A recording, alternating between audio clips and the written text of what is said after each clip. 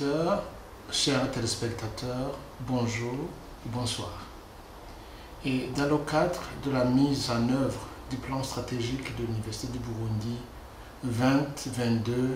2022-2027, l'Université du Burundi exécute l'une de ses missions, rendre service à la communauté à travers une recherche innovante.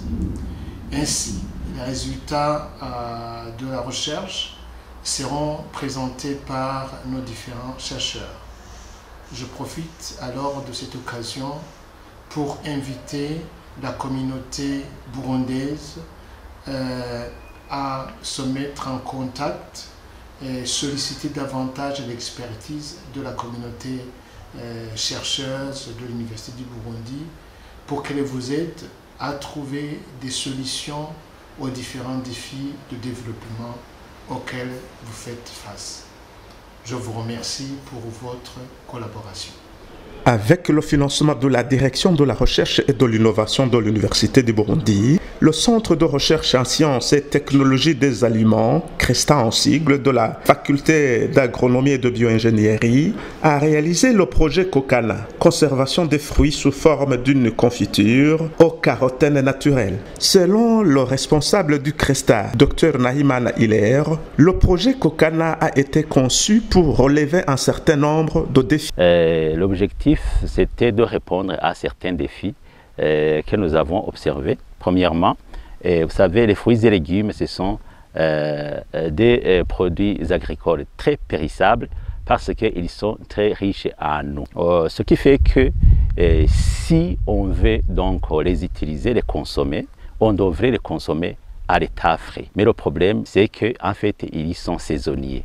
Alors, ça veut dire qu'ils sont produits pour un temps et après, il n'y en aura plus. Alors, si on veut profiter de leurs bienfaits nutritionnels au cours de toute l'année, il faut absolument penser à leur conservation pour préserver la qualité. Monsieur Nahimana Hilaire nous décrit ici la méthodologie suivie pour avoir la confiture au carotène naturel. Pour le projet Kokana, il s'agit en fait de transformer les fruits sous forme d'une confiture.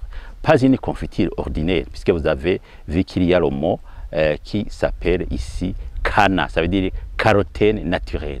Alors, les carotènes naturels, ce sont exactement des substances alimentaires qu'on devait incorporer dans des confitures ordinaires. Pour en faire donc de la confiture Kokana, une confiture avec des innovations. Ça veut dire une confiture de plus haute valeur nutritionnelle par rapport aux confitures ordinaires. On a réalisé que vous savez que quand on fait des confitures, il arrive que bien sûr on doit utiliser le chauffage. Donc vous avez vos produits, vous avez préparé les ingrédients, vous en faites des formulations et à la fin vous allez bien sûr les faire une cuisson.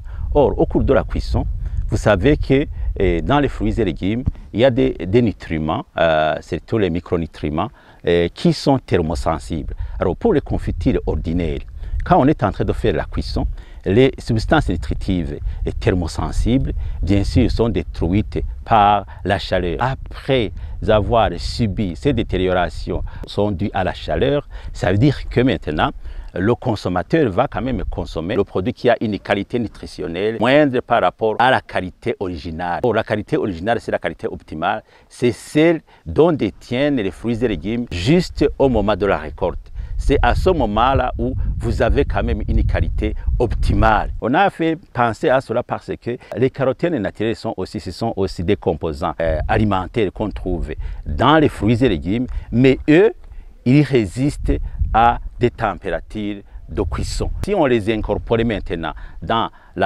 ce genre de confiture qui est le Kokana, ça veut dire qu'on arriverait quand même à produire une confiture qui a quand même une valeur nutritionnelle supérieure. Ce qui nous a motivé aussi, c'est qu'en fait ce type de confiture n'existait pas. Actuellement, après avoir eu maintenant ces réactifs, c'est tout le matériel, ce qui restait, c'était maintenant d'appliquer la méthodologie. Alors, la méthodologie qu'on a, c'était d'abord trouver maintenant les sources de ces carotènes, puisque ce sont des carotènes naturels. Alors, il y a certains types de fruits et légumes qui sont vraiment très riches en carotènes, comme par exemple la pastèque, comme la tomate, comme les carottes. Alors pour nous, c'est carottènes naturelles sous forme de concentré. On les a obtenus donc de quoi? Des carottes. Alors comment on a pu obtenir ces carottènes naturelles? C'était d'avoir des concentrés donc de carottes en pratiquant le séchage osmotique. Après avoir donc obtenu la source de laquelle on va extraire ces carottènes naturelles, on devait donc appliquer une planification expérimentale adéquate.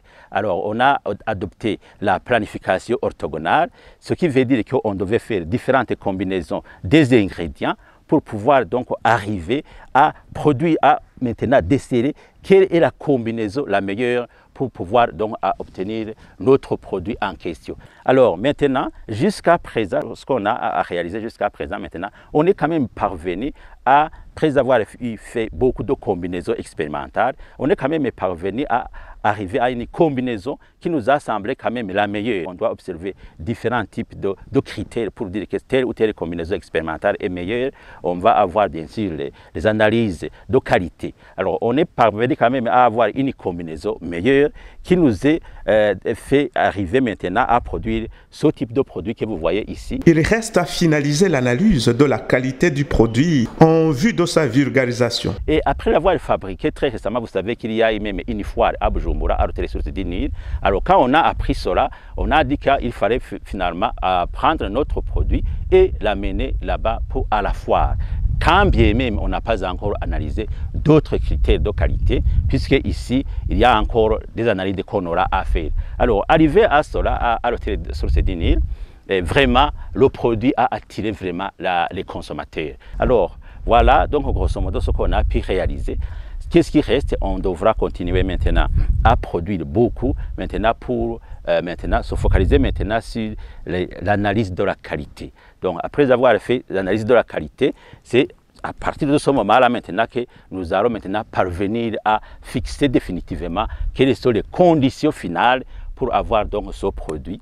Et dans le temps, s'il advenait de faire le transfert de technologie donc pour le profit de la population, de la société, c'est à ce moment-là maintenant qu'on va maintenant vulgariser donc ce produit.